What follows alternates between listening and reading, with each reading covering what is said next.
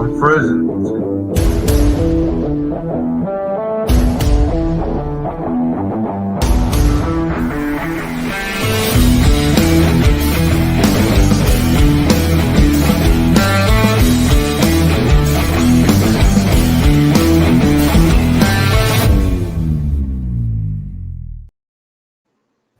Well, good evening and welcome to this edition of the Island Stats Football Show. I'm your host, Earl Basting. Joining me is co-host Maceo Dill.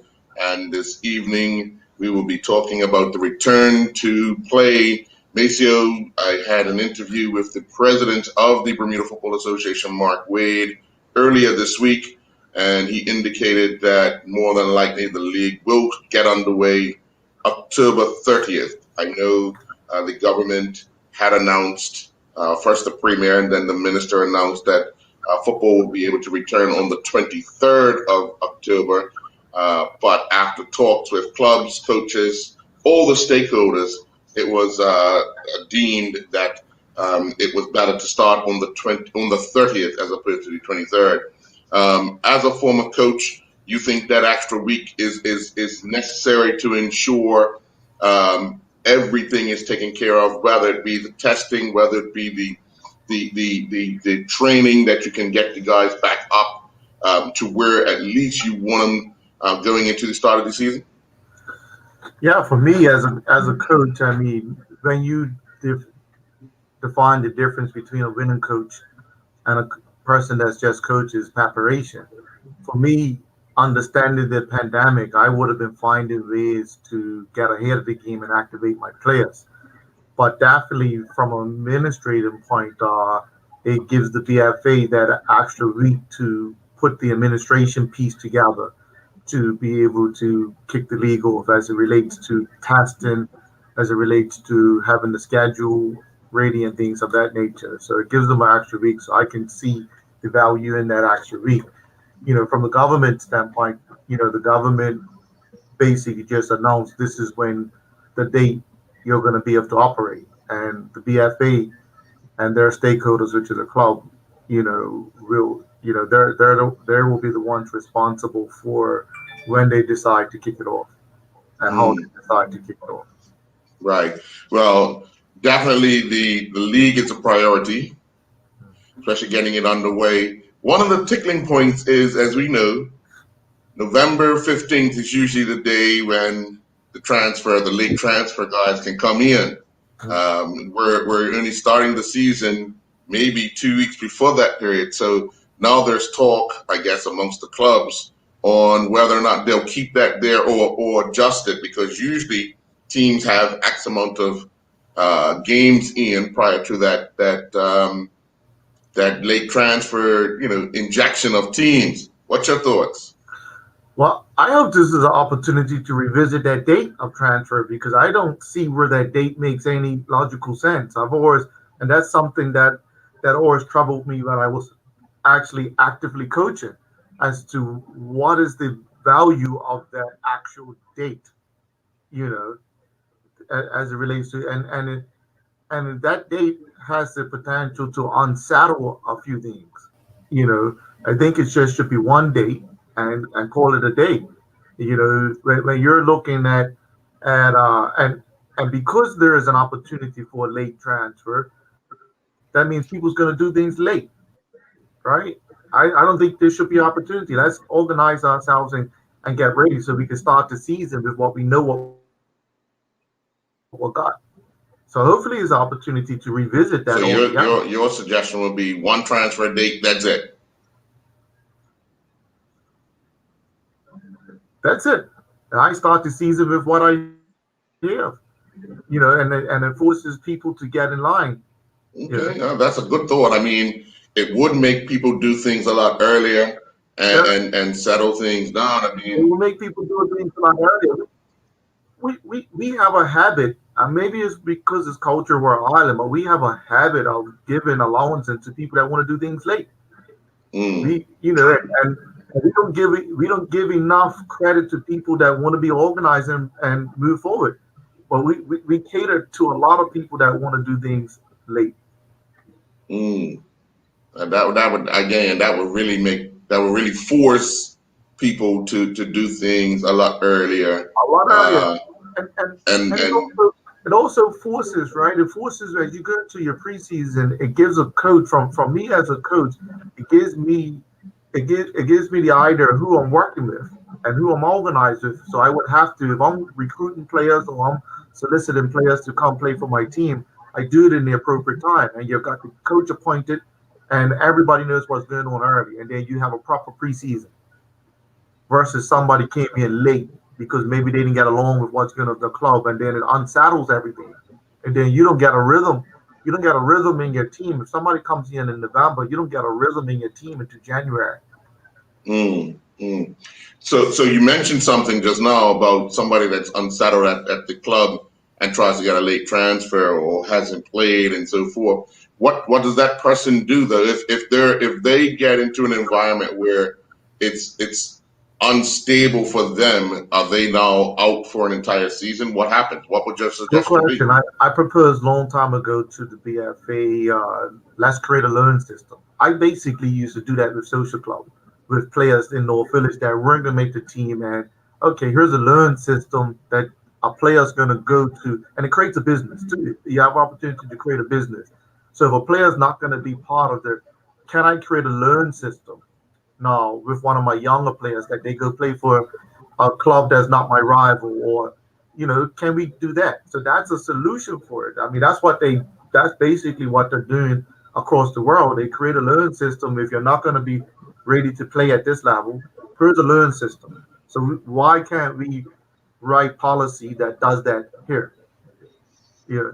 And I used to do it. I used to do that at North Village when I was at North Village because we had a surplus of players that weren't really going to play, and used to do it not formally, but informally. Those relationships used to happen. Those relationships used to happen, and the problem with it is when I had a younger player that I did see a future for 2 years down the road or 6 months down the road, is the balance was that younger player's allegiance and loyalty to North Village and want to go play and put somebody else's jersey on. But if you create a learn system, you make coaches interact more with each other based on the development of a player versus a player just loses a season. Well, that's a good point. That's a good point. But then it's also one of those things that if the player really wants to play, he or she must agree to the move. But it's that understanding that they will get more playing time at that other club. So you now get into the business of football. You now talking to the player, talking to the other club, and structuring a move that keeps your player development, that you potentially, and there's a risk that you potentially get your player back, with more experience to play in your team.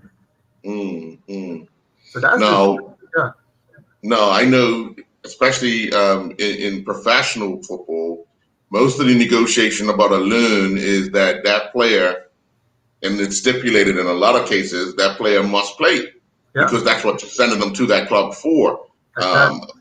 But how does that fit in the amateur world where you're putting a player in a position that the other team might have a player that's better than that player in that position? Well, then that's again where the conversation is, right? A lot of these teams struggle for numbers. And then one team will be overloaded with numbers. Like, for instance, I'm watching PHC this season, right? PHC's they've got at least 30 plus players up there that are capable. You're not going to keep 30 players happy. So can PHC farm players out to Rangers? Can they farm players out to Pagic that might need players? So these players are getting opportunities to play, and PHC being the parent club have the opportunity to call those players back at their wheel. Like this is the business of it, right? This is the negotiation, and I actually found for me being successful when I was a coach and working with Streaker, working at North Village, is because of the opportunity to think like this. How do I think away from the norm? And how do I bend the rules without breaking them? Yeah, so I'm being very good at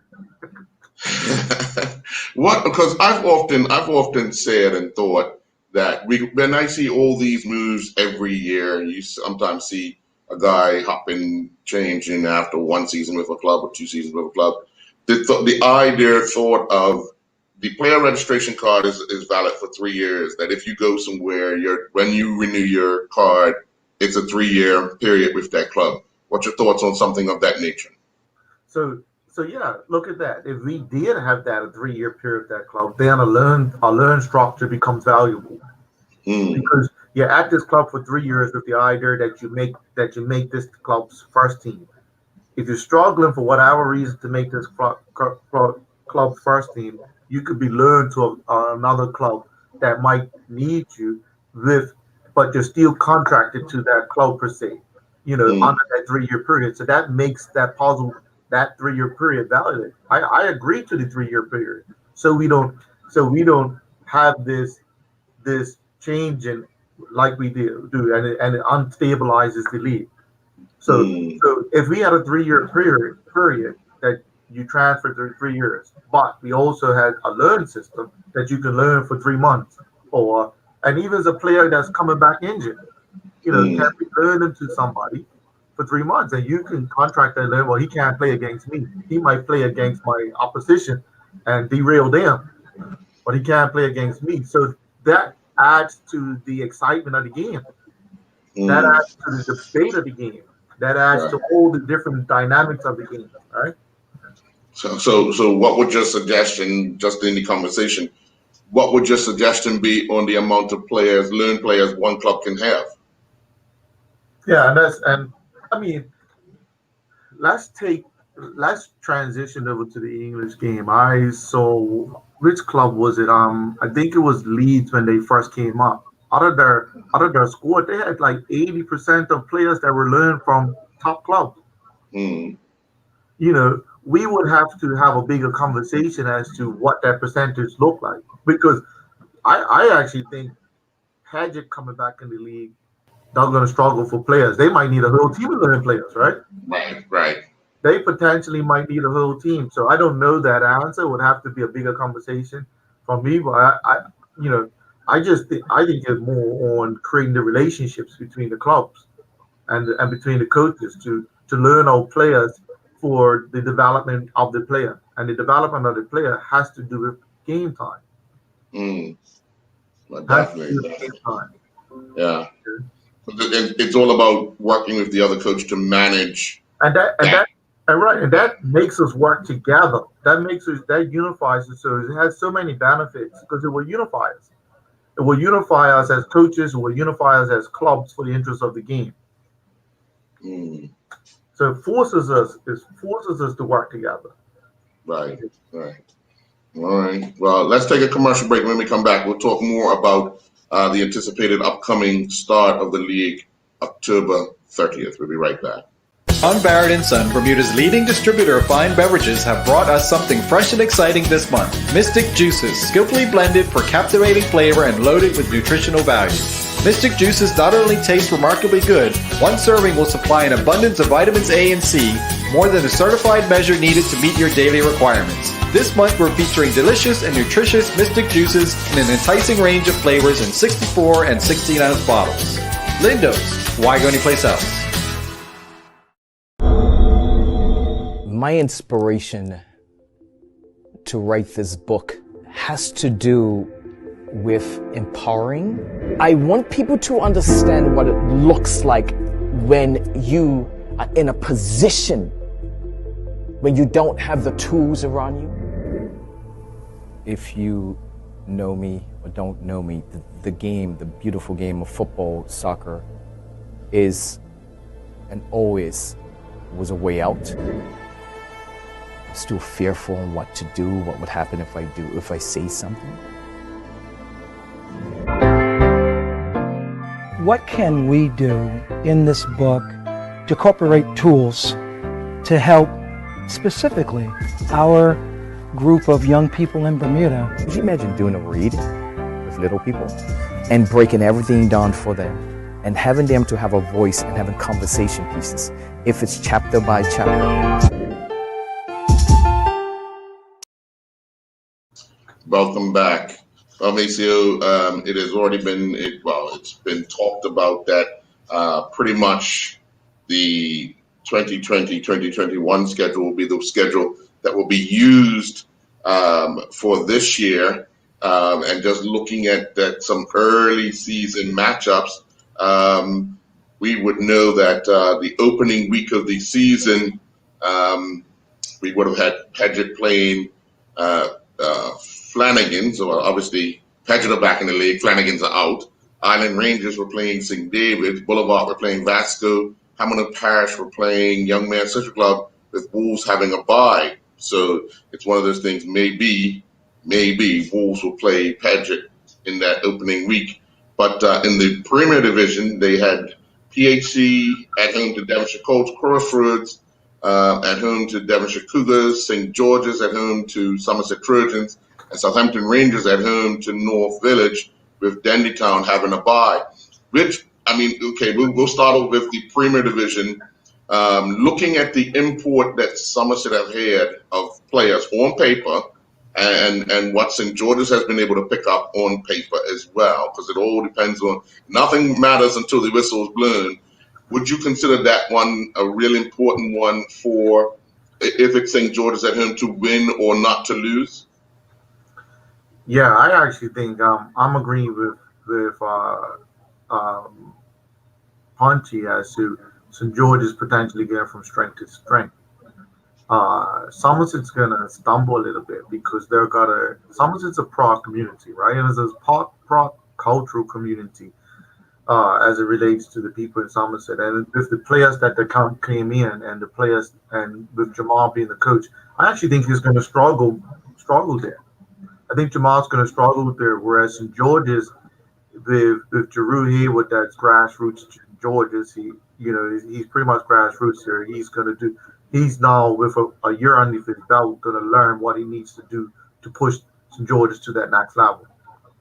So I favor St. George's in that match, and I think Jamal's going to find up at Somerset that it's not easy to get welcome up there. It's not easy for him to roll into Somerset and be welcome as one of the boys. They have a high level of when it comes to football there, and it's a different from what he would have known at Dandytown. Definitely at Rangers. I think he's going to find that the expectation at Somerset is a lot different from wherever he's been before. Yeah, you get a lot more judged from those guys up on the porch. Oh yeah. And valid judgment too. Because most of them have played in that team and been successful. Remember, Randy Horton comes from Somerset, Clyde Bass comes from Somerset, Dennis Brown comes from Somerset. You get valid judgment. Remember, Somerset's called Silver City. Don't think they forget about that. Yeah, I'll throw this one in for Dennis, the Brass City right now. Brass City. I like that. Oh, I like that. For football. Because he'll talk about who's got the cup match. So for football. It's up there right now, is it? Yeah. But the other interesting matchup, I guess, would be what would Crossroads look like against Cougars, who have picked up some players? Because remember, Crossroads have lost a lot of players. Yeah, Crossroads is going to struggle, and Cougars is another one that's going to go strength to strength. I watched Cougars, and the last time I was paying keen attention to them under Vance Braun and Mark. And they were pulling them together. Remember, Cougars won the last trophy, which was the Doug Leave, and they was finding their rhythm. And again, they're back to their grassroots. Mark, he's a grassroots. Vance has a wealth of experience in football, and he's done a lot to promote Cougars football-wise. So I've watched how Cougars manage their players. And a player that comes to mind is Shekai Zul that struggled at North Village under Kenny and went straight out Cougars and had a big impact, right? So yeah, I think that's going to be, Cougars is going to handsomely be able to deal with that. Yeah. Yeah, a lot of comment. Silver City behave. Well, you don't have any silver. You got any silver up there? I don't see no silver up there. Maybe at time. Maybe yeah. There was during my time. They were. Yeah. Yeah, maybe at time, but I don't see that much silver up there. Well, as you've mentioned, PHC have some 30 players, but if the schedule stays the same, they will take on Devonshire Colts in their opening game. Now, again, Devonshire Colts is one of those teams. They have a lot of home-based players, a lot of pride at the club. PHC have a young team, a lot of pride at that club. How would you look at that matchup? Again, I'm totally impressed with PHC. I've popped by a few times in their training session. I get totally impressed with the organization and Trotty, he's PHC through and through, and a lot of the youth players that he's going to now be dealing with in the senior team has brought him through the youth range, so he knows their treatment. So it used to be this thing at PHC that you can't put 3 Russells on the field at the same time. I can understand why too, because I don't want to coach any Russells, and I'm one of them, right? So, but he's managed Bland's son, which is why I forgot Bland's son's name, Keyshawn. So he's managed Bland's son. He's got Tokia's son in there, which is Enrique. He's got Marco in there, and he's been able to put 3 Russells on the field at the same time, and Jao. And now he's got the ultimate Russell back up there with Antoine. That adds a whole new dynamics, but none of those boys scare him. Trotty manages them, and I'm wondering how he manages them. He's a big personality. Trotty's part of PHC's culture, part of PHC's legacy. He's not intimidated by managing those boys, right? And he manages them to get productivity out of them. So that's going to be about for PHC. Yeah. I think it was last season. They struggled in the center defense, and there were some suspect goalkeeping errors as well. How does that look so far? Have you had an idea or a look in at has that improved? Time with time, I kind of saw it starting to improve the last time I watched them. I mean, the game that they learned from one time was out the rack when Cougars took a whole of them out the rack when I expected to beat them, and those suspect errors came to play. From there on in, I saw them start to fix those errors. I saw them start to fix them. So I suspect now, even with Trey Mean back there, they're going to dominate the ball a lot more. They're going to dominate the ball a lot more and create more opportunities going forward. I saw them play North Village, right? And they totally racked North Village. They bullied North Village in a practice match. I saw them. They put about 6 in North Village in a practice match. Yeah. And they got this little left back that I fancy. I know his dad's Bonnie around Caravan Avenue.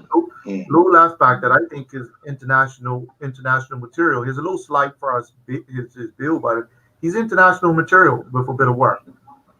So, and again, they're ably managed. When you look at PHC's coaching staff, they got Trotty there, they got Ashwood there, they got a whole gambit of PHC people in their coaching staff, and Steve Ash was not scared of none of them. No. That's the Jones's village of something. That's Sammy Swan's people there. He's not scared of none of them. He manages those boys. So they've got a good group of coaches on the side that are managing those boys, which is what's needed. So that bodes well. Have you had a look in at Devonshire coaches of yet? I have. They got Quincy Painter out there working along with Ray Jones, right? Forgive me, I just don't rate Devonshire Colts. They have to do something for me to rate Devonshire Colts. And with my last time watching Devonshire Colts, I know Ray is brave enough to try to outplay players, but they was making a lot of mistakes. Making a lot of mistakes trying to outplay teams. And I don't think they're established enough yet that they can take that approach, the Earl Daventry culture approach that I'm going to outplay you. They need to be a little bit more pragmatic and maybe contact you. So I don't rate them as. I don't think they'll go down. They'll stay in the league, but I don't rate them as being a contender just yet. That has to be proven. You just turned them up a notch. Oh, here's nothing like that. Hey, He's calling this players right now. yeah, probably going training now, right? Wait to see me. And one thing I know about Ray, he'll want to prove that statement wrong, right? Yeah, he loves a challenge. He's not gonna back down from that challenge. No, not at all. The other interesting matchup is what will Southampton Rangers look like against North Village? Let's first start with obviously Southampton Rangers. We know they lost an entire team, but they've silently picked up a few players from the now out of the league Flanagan's team. They picked up a few of those players. But what would you think about the outfit that someone like Stricker is going to have to put out there for Southampton Rangers? So, of course, I know Stricker well. We grew up together. We worked together at North Village, and Stricker's used to dealing with quality players. That's what he's used to. He has a quality mindset as what he tries to implement. He's going to struggle at Rangers because when he has to deal with players of not of the same quality. And what he's going to ask of them. I already know what he's going to ask of them. When you look at Stricker culturally playing for Bermuda at the age of 18 years old, 17 years old, Stricker put a lot of work in. He's going to ask work of the Rangers people. He's going to ask work of them that they're not used to. Right. So when he asks that work out of them, and they don't respond, how does he respond? How does he respond? Yeah. How does he respond? And I think Kenny now has a system going at North Village. He has a system at North Village, a way of doing things, so that makes him strong. And I think he should be able to easily take Rangers on the day.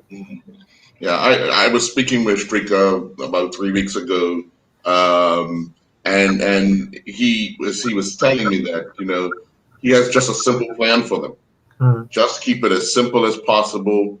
Try to work to get behind the ball a lot of times. He knows he's got his work cut out for him, but I think he's trying to keep the plan with the caliber of players he has as simple as possible to try and manage whatever he can manage over a 90-minute period. Now, as you've already indicated, he's lost a lot of quality. Now he's got some guys probably that would do a lot of dirty work for the club because they have it at heart. Now that the other players who were brought in are now gone, so now you've gotten what one would consider home-based players that will just play as hard as they can for the club and for the crafts kind of thing. So it's going to be interesting, like you said, how those players respond if things don't go well after 5 games. After 5 games, do they go about their business? Do they hang in there? Because I know the Stricker well enough. Me and Stricker were at North Village. We was winning all the time, and we wasn't happy, right? We wasn't happy with our players, and we was winning.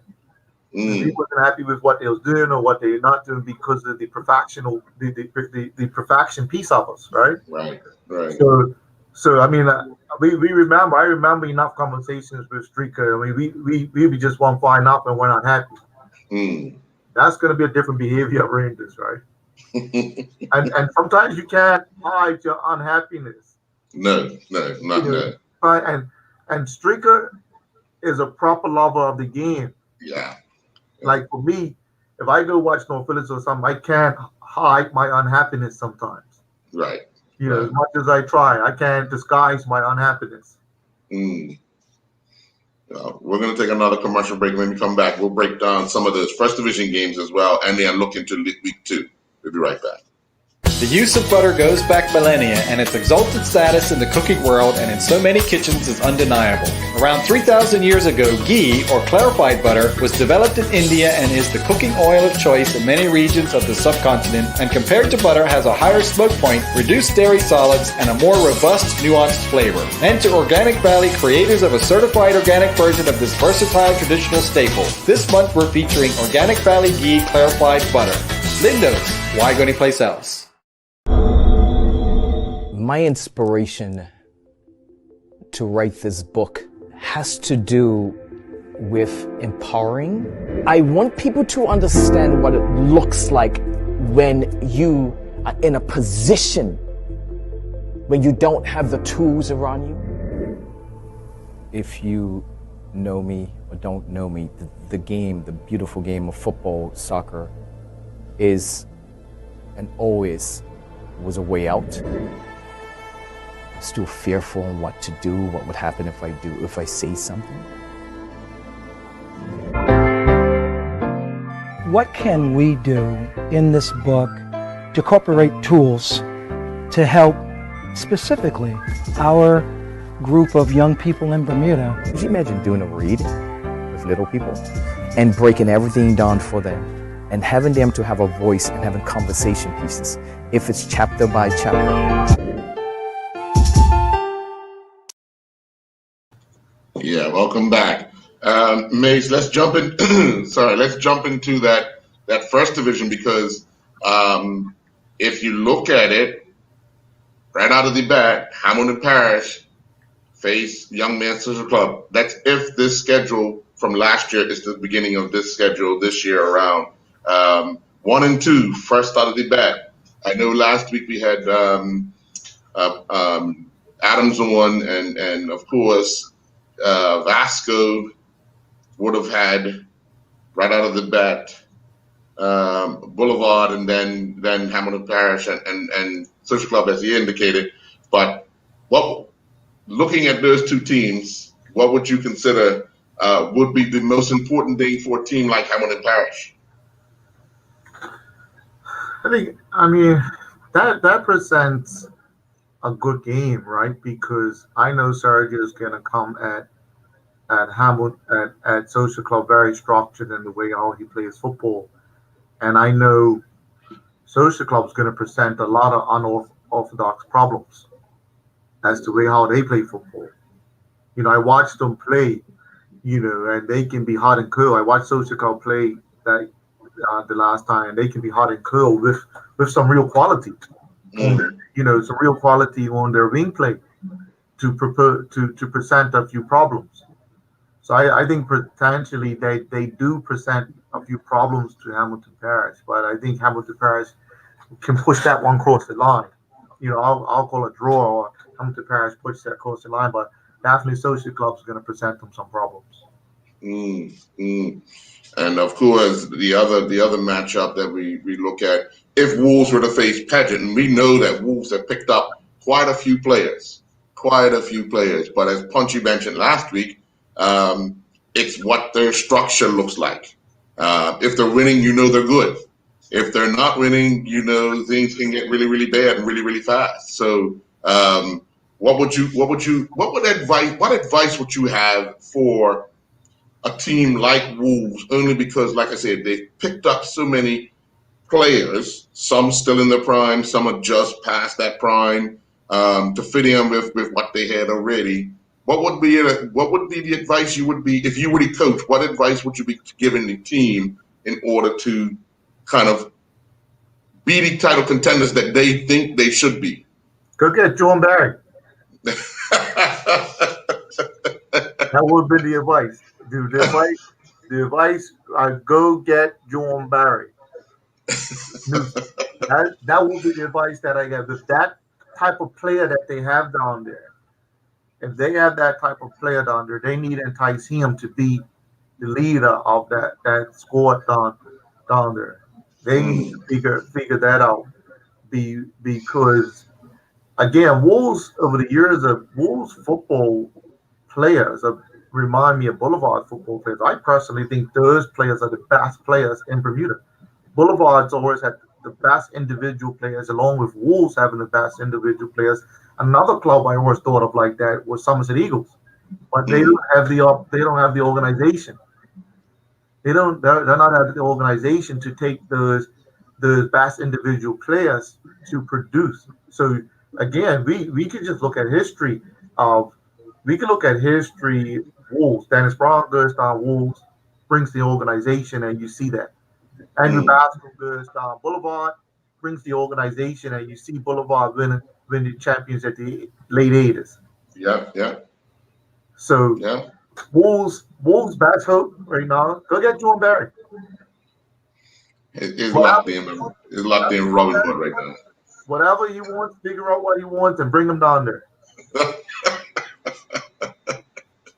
Jordan Barry is probably hard to get down there because they'll emotionally impact him because that's his heart. Yes. Go get Jordan Barry. Okay. All right. Yeah. Island Rangers and St. David's. Both those clubs are, like you say, hot and cool. St. David's generally start the season well. Island Rangers generally don't start the season well, and then midway through the season they kind of get on a ride, and then near the end of the season they kind of fall off. They both need a good start, and as you could see, neither of them really picked up any players. But if those two were to start the season off, what would you think would be the outcome of that particular game? St. David should take Island Rangers just because they're St. David's. Like I said, Island Rangers are typically gonna take 3 or 4 games to get up to speed and to get their rhythm back. And I think Island Rangers will be a club seriously impacted by the stop of football. Whereas St. David's, at least they have a community. They have a community as it relates to the people of the community that will still be together, doing something. The Island Rangers are going to kind of be starting over from the beginning. St. David should comfortably take that, but again, unpredictability. And Island Rangers is another team that can benefit from a learning system, isn't it? Right. But the good thing for Island Rangers, just sitting here thinking, without an announcement about the Corona League, they can actually benefit from the West End United players possibly playing. So that's an opportunity. Hold on. Let's slow that one down. Yes, they can benefit from a number. Now you bring certain players up there that you have to manage. Yeah, of course. A number they can definitely benefit. But I always used to say that in North Village. Man, my daddy used to always say that I probably have a degree in psychology. Somehow you found a degree in psychology to manage crazies, and sports people tend to have a crazy streak from them. I guess I can manage them because I'm one of them, right? So, maybe I can manage because I'm one of them. But you need, as an athlete, you need a little beast in you. You have to have a little beast in you in order to be able to, drive yourself past the next person in order to win. If you don't have that in you, you just settle for, okay, I'm just out here going through the motions, whatever happens kind of thing. But if the guy that's willing to, scream at his players, run every ball down, and people call it crazy, but if you have 2 of those guys in your team, 9 times out of 10, they're coming out on top.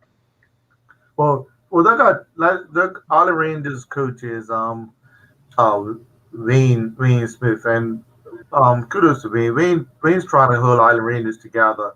He cuts the grass, he does everything up there, and that becomes a bit much.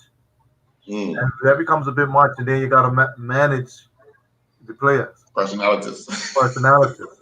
Yes. Yeah. So not an easy task. Not an easy task. Yeah. And then of course, Boulevard and Vasco.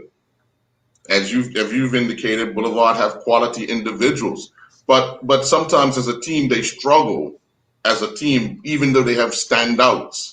And then obviously we spoke with Brian Adams last week about Vasco, and him needing or wanting extra time to make sure that he can get his players back up to par. But looking at that, I mean, Boulevard near the end of last season, before the season came to an end, they were on a roll. They were on a roll. Now, picking that back up might be the challenge for them. Who knows what Boulevard's going to do in it? They might beat everybody or beat nobody. Who knows? You know, who knows? I don't think I got one Boulevard pick right last time because they just could be unpredictable. They can be. I mean, I saw Boulevard a game. I was watching Boulevard on PHC, and they for 60 minutes they totally outplayed the team, and opened them up, carved them up, and then they lost the game by 3. Yeah. Yeah, I'm like, hold on, but you just carved up this team, and then you lost the game by 3. So, that's Boulevard, right? Yeah. And, I mean, and Vasco's on the road. They're gonna bring an organization. They're gonna bring a structure, and just that organization and structure is gonna win them games. And again, we'll look at week 2 because obviously, if this schedule is the schedule that they will use to start the season, the week 2 Premier Division would see North Village and Devonshire Colts, Devonshire Cougars and Eagles, Rangers and St. George's, Robin Hood and Somerset with PHC having a bye. Interesting, very interesting. Look at that, North Village and Devonshire Colts, because you've already talked about the 2 teams. Looking at Ray against Kenny. Interesting matchup. One in Ray that wants to show that he plays Brazilian type football and he plays this expensive football. One in Kenny that wants to show that he bosses the game, controls the game, keeps possession of the game, and tactically outwits opponents. Ray would take that challenge on, but I just see North Village being too much for him. I see North Village being too much for him. I saw that last time. The last time Colts played North Village, I think Colts had the better. It was down the Bananas Park, and Colts had the better of North Village. But North Village, as a club, as a organization, was just too strong on the football field for Colts. Yeah, Dandytown and Crossroads, and again, we don't know what Crossroads will be able to put out. Dandytown always plays that disciplined football. Kwame is going to have those guys, looking to get a fast start. Well, Dandytown, they're gonna have if they have Tino Richardson and Bob, Lowe, and they can beat anybody. They're gonna have Sequoia Robinson there, and the Tamika Good is going back. Yeah. And you're also gonna have their talisman captain in Beachy.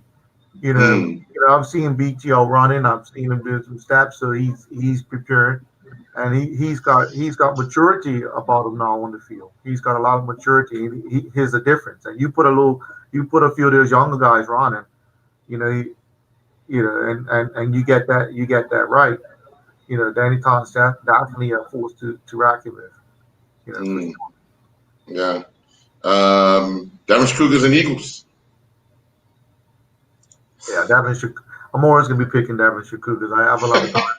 I have a lot of time for them right now. I have a lot of time for Devonshire Cougars, man. Right. But if you look at it, they like similar to what you were referring to about some of the best individual players.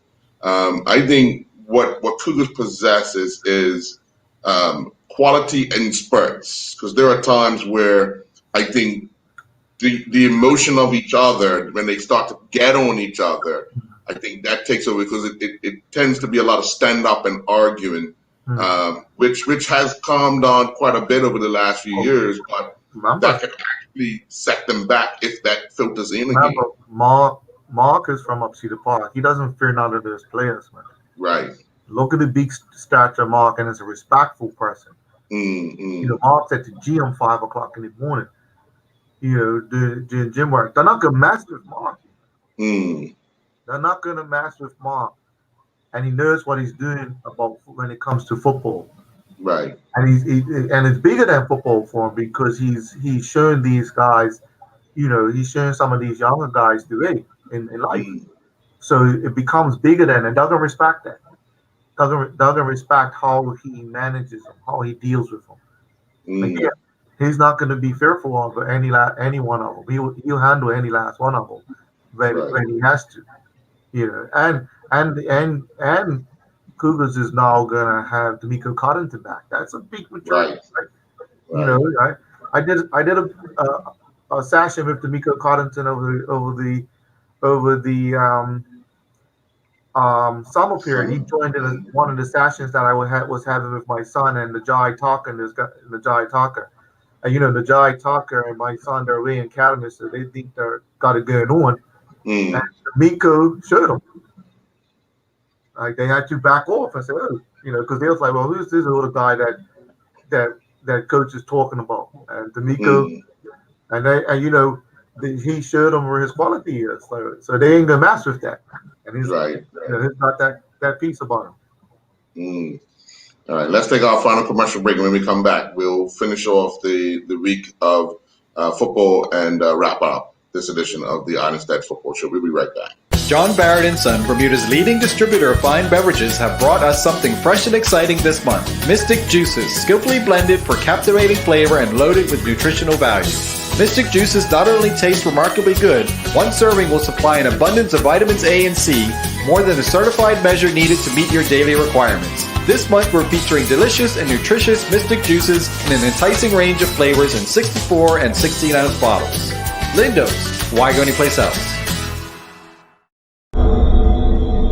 My inspiration to write this book has to do with empowering.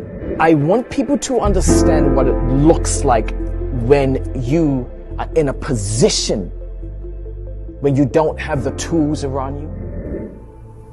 If you know me or don't know me, the game, the beautiful game of football, soccer, is and always was a way out. Still fearful on what to do, what would happen if I say something.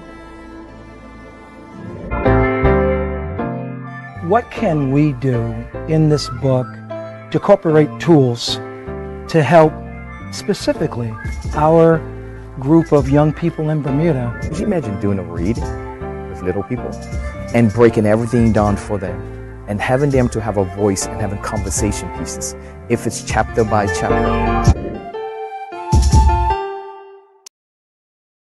Yeah, jumping right back into it, Maceo. Rangers and St. George's. Obviously, again, not sure what Rangers will be able to put out there, but St. George's have picked up some players.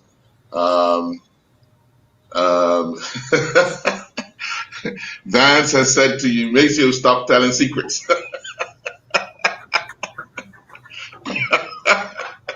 Ronnie is letting it all out, Ronnie. Is letting it all out. Hey, man, you stop doing good work. Stop doing good work. Well, it should. It really does show. It really does show that since those two have come together, they've kind of changed the whole makeup of what they look like. Yeah. And I know the personality of Vance. I know the personality of Mark out there, and these guys. It's a bigger thing than football, right? And when it becomes a bigger thing than football, you get certain things out of people, but you have to know football. Yeah. Don't think just because you care about somebody, but you have to know football. If you know football, you get the results. The players start responding to you. And their plus now is that they've got Taj Bal out there as a goalkeeper. So now I forgot about that.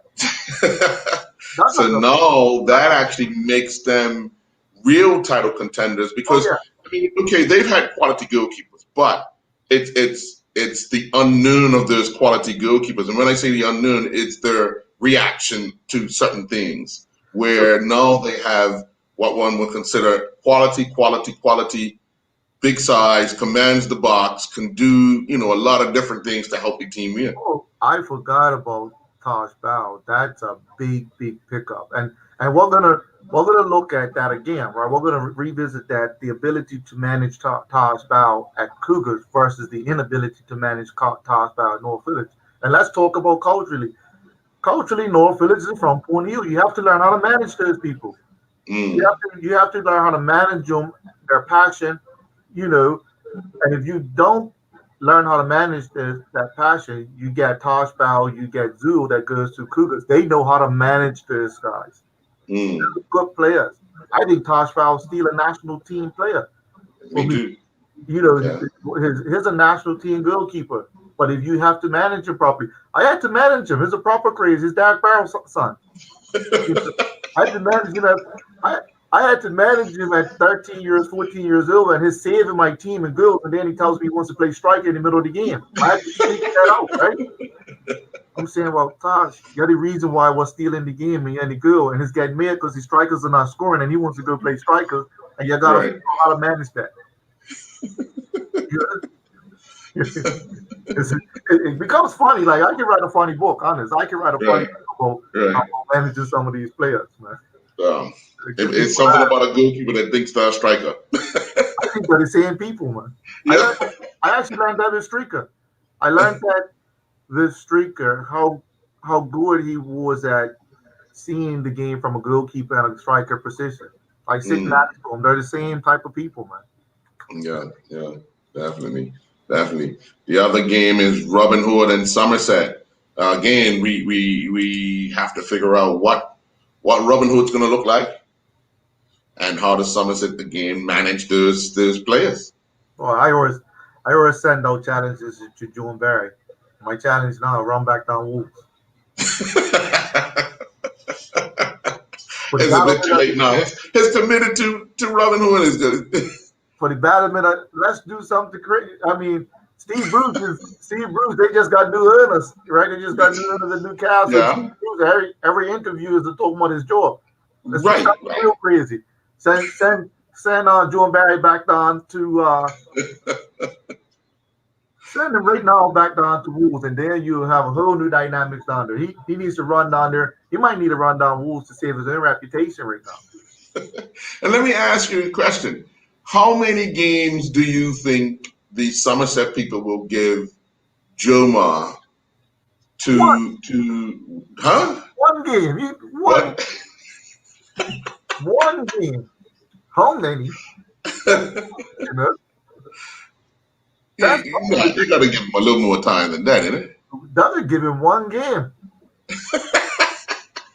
Doesn't give him one game. I'm going to tell you. I mean, he's got protection. He's got Dennis on his other side. He's got D.O.C. Moore. He's got protection for a little bit. Right. He's got protection. He's got a very stable president in Vashon. But he's not got no protection from the Somerset fans and the players. He's not got no protection. That's like secret assassins, man. Trust me, I know what that's like being down North Village, right? So it's 3 points from the start or out? That's it. 3 points from the start or they're not gonna be happy. And it's not gonna then if they're not gonna be happy, these players are not gonna be happy, then he's gonna have to figure out how to do that all over again. They're not gonna be happy. So if they're not in the top three around Christmas time, how much pressure is then put on for a change? Exactly. It's gonna have to be under a lot of pressure. And I think Jamal's gonna learn something about the game differently at Somerset. Because Jamal's thing at Dannytown was all about employing the talent of Dannytown, the rawness. So at Dannytown, he can employ the rawness and he can get away with starting off bad or not preparing well or picking the wrong team and switch it up with the rawness. Somerset is a structured community, man. Dennis Brown's an athlete, man. That was structured community, man. That was structured football. Right. They knew the ball was going left. They knew it was going right. They knew Dennis was pushing out. They knew everything. They had the intelligence of Lou the Dr. Lou and Gill. Yeah, Lou Simmons. Yeah. Well, that's structured football, and Jamal's not always played structured football. His played run and gun football and relied on the rawness of the individual of the player and the individual talent of the player. Summers is a structured football environment. Yeah, I And mean, people know football. You get up on the porch and go to hunt, and people know football.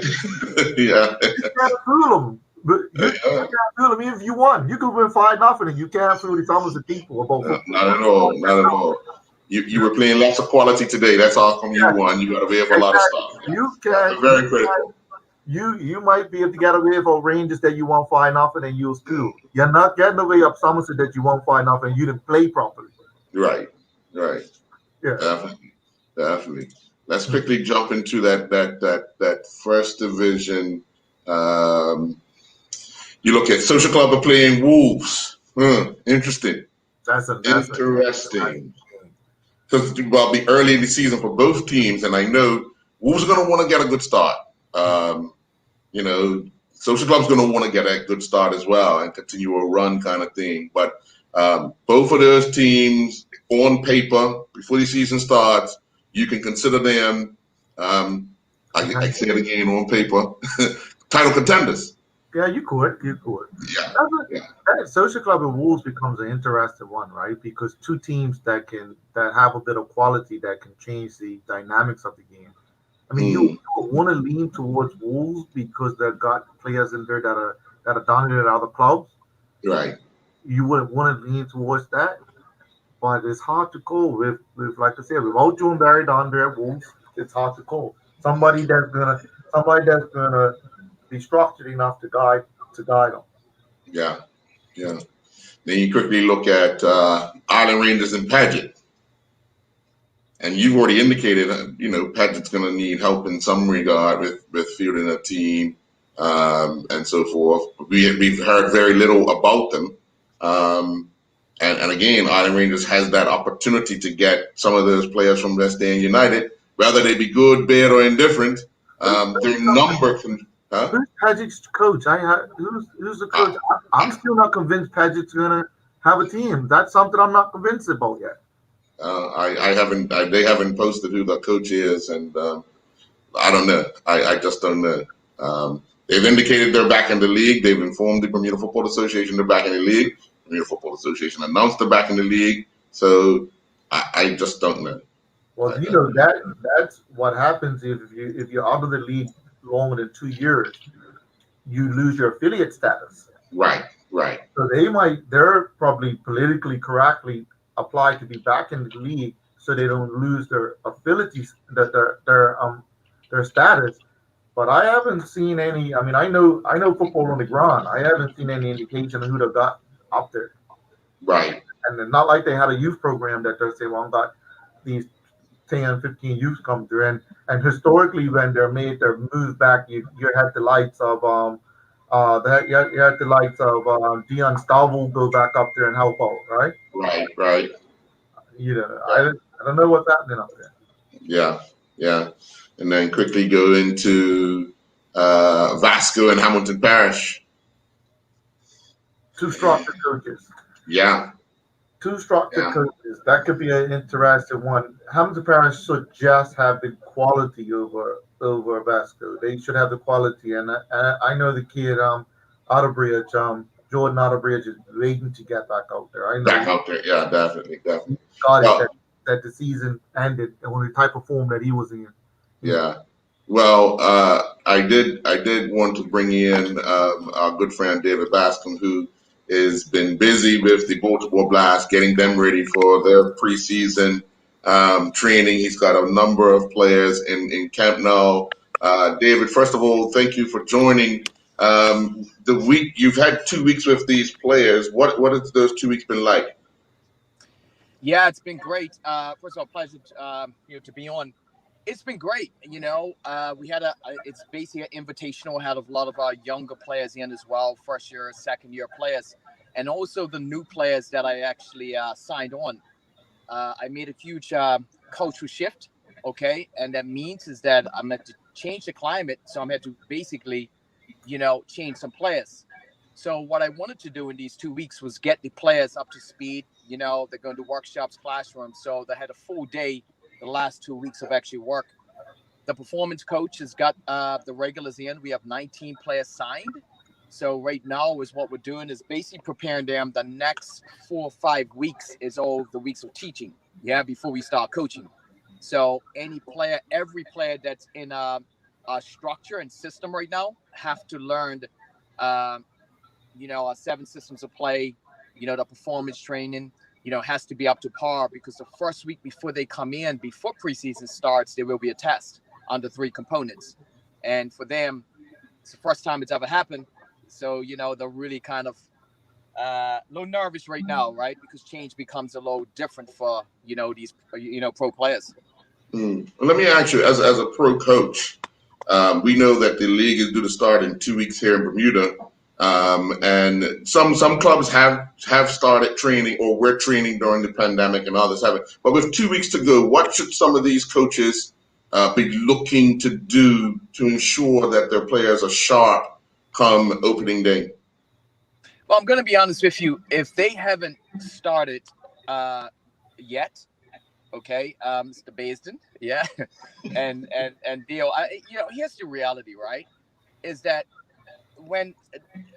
as a pro coach, okay, you have your season where you coach, right? Your preseason and the time before preseason, right? It's where a lot of trained behavior, that's a teaching moment, okay? And what happens is that if they haven't, even if they wasn't able to physically train, they should have been doing something, systematic play, Zoom, okay? They could have been doing a lot of the workshops, right? And going through some processes, principles of coaching, everything that they can lay out and still connect, right? So those are your classroom sessions. Right now, you got 2.5 weeks before the first game, okay? If they're not got the base fitness yet, that's going to take about a week and a half, 2 weeks just to get the base fitness. Then you got a couple of days, 4 or 5 days for recovery. In that time is where you're doing your workshops. So I will go on a limb to say is that by Christmas time, or by the middle of November, let's say the end of November, is where you're going to start to see these players are going to be a lot sharper, and the recovery, right? It's not so much as that they be fit. They have to be able to recover to keep the high performance up, okay? So it depends on what it calls for when we're looking at the pros and the amateur game. Anything for him, Ace? Yeah, David, I have one quick question. You mentioned the word cultural shift, and that's a word that I'm throwing around here a lot in Bermuda.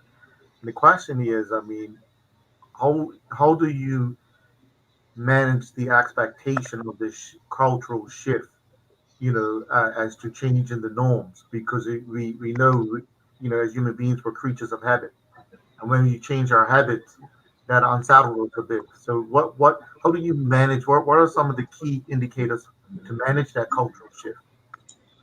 Yeah, no, that's a good question. And let me speak on changing the culture shift in Bermuda. I don't want to give you what we're doing here, because then a coach is down there, okay, we don't have access to that, right? Let me say some things of culture shift and what the coaches in Bermuda have access to. The first thing you're going to have to do is create change within yourself, right? How do you get players to buy into you as a coach, right? High standards. What are you looking for? What are your principles? Then you develop the principles of the players. What are your objectives and what are the goals for the whole season? Okay, that's the first thing they have to do, right? Is laying their structure out. Then they got to look at is that, okay, when I'm looking at a player, how do I embed and get the player to have a social and emotional connection to what I'm trying to deliver? Okay, this means is that how do I get a guy who wants to come training for me every day? What does that look like? So a part of the culture is that you may have to incentivize some little things, right? It's the little things, right? If we don't have the funding, because I was, we know we don't have money to pay guys. Okay, but let's be honest, right? We know that some players indirectly are getting funded. Let's just keep it real. Let's keep it real. But if I was down there funding guys in the backhand scene, I'm going to put things based on incentive driven that's going to help them to encourage the coach. If not, it's just going to be a paycheck, right? So what you do, you take the funding that you could be getting, you building team building stuff, and you create these little cool, like for instance, looking professional coaches about what you see, hear, and feel. Let's get them looking sharp, right? What about all your players going to games in a nice polo shirt, nice pen shirts tucked in, right? Changing the culture. Now, okay, ask them. That sounds good. Yeah, but what happens now? What you gonna do? Well, what about doing an appreciation day with all the players who's got kids, little people, all of them come together, and we just do a barbecue? Yeah, right. So little things, right, to get them embedded. We know that young men are probably working 9 to 5. Okay, so we have to develop things, and we have to think of ideas that's going to make a young man enjoy the game, but not make it as a stress, right? So coaches have to not only coach, but they have to manage, and they have to manage a good portion of things that's happening outside the game, taking interest. Okay, cultural shifting. Let's say if I'm coaching a team in Bermuda, the first thing I'm going to ask these young men, just as I do here, what did they want to do outside this game? Did anybody ask their players? Do they know the percentage of players that's got jobs, need jobs? Do they ask how the family's doing? Are we bonding together, right? That's when players want to fight for you. That's because you're caring about what they do. I think the habit, and I know that some of the habits that we all bad things that we were just thinking in Bermuda is that, well, we need to be in a professional environment. Yes, you can be in a professional environment, even if you're not paying the players. But if you are given incentives that's financially, you're going to have to kind of really guard them and really stream so it makes sense with the whole picture. Because what is the percentage of young men, if they're playing for one club, they decide next year they're going to play for somebody else? You haven't done a good enough job in building the culture and the climate for these young men to stay at your club. That's the reality. So what's driving them away? Yeah. Is it an extra paycheck? Let's be real here, right? We got to figure these things out. If not, we're always going to see this unbalance in the football, in the game. It's going to be very tough because fans now, I hear it all the time. Oh, it wasn't like it was a day, but we can change this, right? We can change this mindset if we do these little things, So it's just my opinion. In the pros, it's easy because, I go out and say, listen, okay, hey, we need a bus to travel in. Okay, we have a bus, right? Only because when we're driving in different vans, what happens is that you get 6 players in the van, 7 players in the van, and what happens? One not connecting, right? Little things. So these are little shifts that we are making sure is that we got our lunches, everything, taking interest in what the players are eating, having strong performance coaches coming in. So listen, Bermuda is a paradise for athletes. We just got to know how finding ways to harness, right, and bring in the best out of the players. No, you're getting ready for your first season as the head coach of the Baltimore Blast. How much pressure are you putting on yourself to be successful, especially your first year? Yeah, you want to ask me the question. Ask me what you want to know. You want to know what's going on, Eric. Well, Maceo said it earlier. Joe Moss got 1 game of Somerset. So how many games you got? 1 game of Somerset. Listen. Here's the thing, right? Here's the awesome thing about shifting a culture, right? It gives you time. When you're embedding, we are now, going to be 9 weeks before our first game, right? That 9 weeks of teaching. I mean, my players are bonding together. So there's no excuse for, we need higher standards. Here's what my concern for us is more timing. That's where my success is going to lie, on the timing for my players to have a mental shift and to buy into the new changes that's being made. That's why I gave myself 9 weeks, right? If they are not brought in by week number 7, I now have to go around and I have to replace players, right? I have to replace players, right? Because change is not easy for everybody. So I am now relying on is that my game starts December the 4th, December the 11th. That's my first 2 home games. I'm not sitting up here saying, okay, man, I got to win these games. I'm sitting up here saying, if my players shift in my 9 weeks, we will be successful. Now, I'm also mindful is that with shift becomes time. I love winning. I'm looking at my first 10 games of the season. If I'm below 500, it's game over. I will step away and I have to make a decision, right? But if I have to be above 500, okay, that's where I'm at, because I know that after they go through these 9 weeks of this serious training, and it's new to a lot of them, from a team that's won 8 and 9 championships that I've been a part of, these little shifts is going to take time. We have the talent of the players. We have the talent, not my concern. But the shift is being made is that I want my players to be able to manage the game on the field. That's the major shift we're making.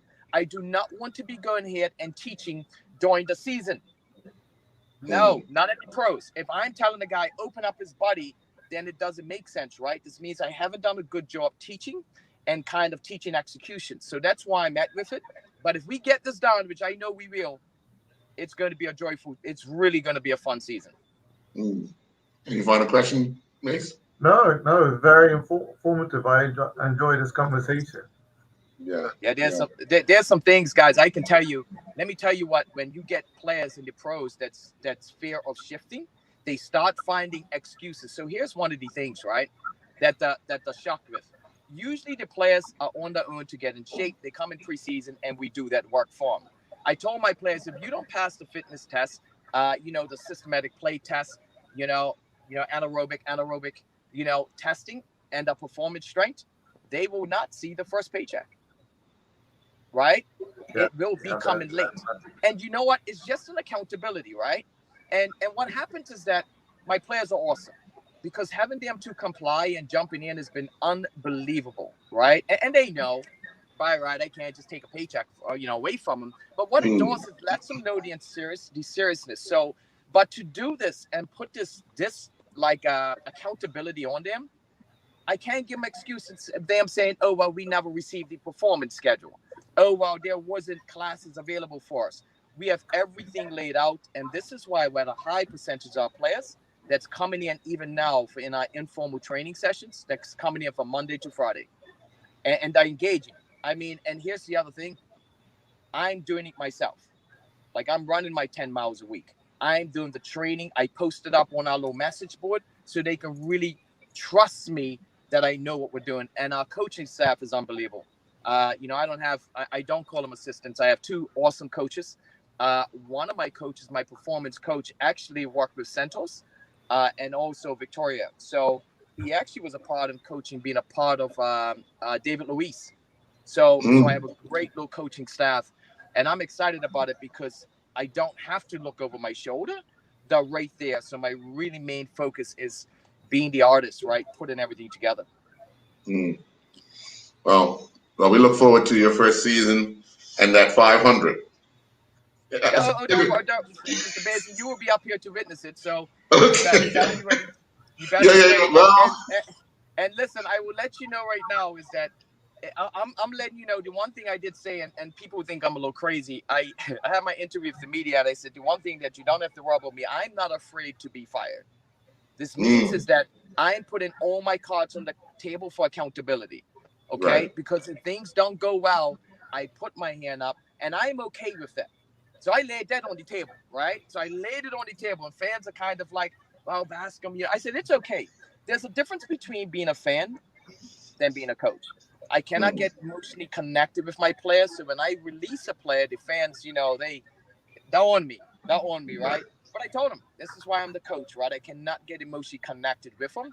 And those are some things that also happens in the culture like Bermuda when you got amateurs, is that when you want to make a player accountable, you're just kind of, having a drink on the Friday with that same guy, right? So they're going to have to find what that space looks like when you're in charge and the head. Yeah. Well, again, Mr. Bascom, thank you very much for joining us. Maceo will be back next week with another edition of the Island Stats Football Show. There will be a week to go for the start of the season. Hopefully, the schedule, the schedule for the season is out, and we'll be ready to inform people on how we move forward regarding the start of the season. Again, Mr. Bascom, thank you very much for joining us. Folks, enjoy the rest of your night.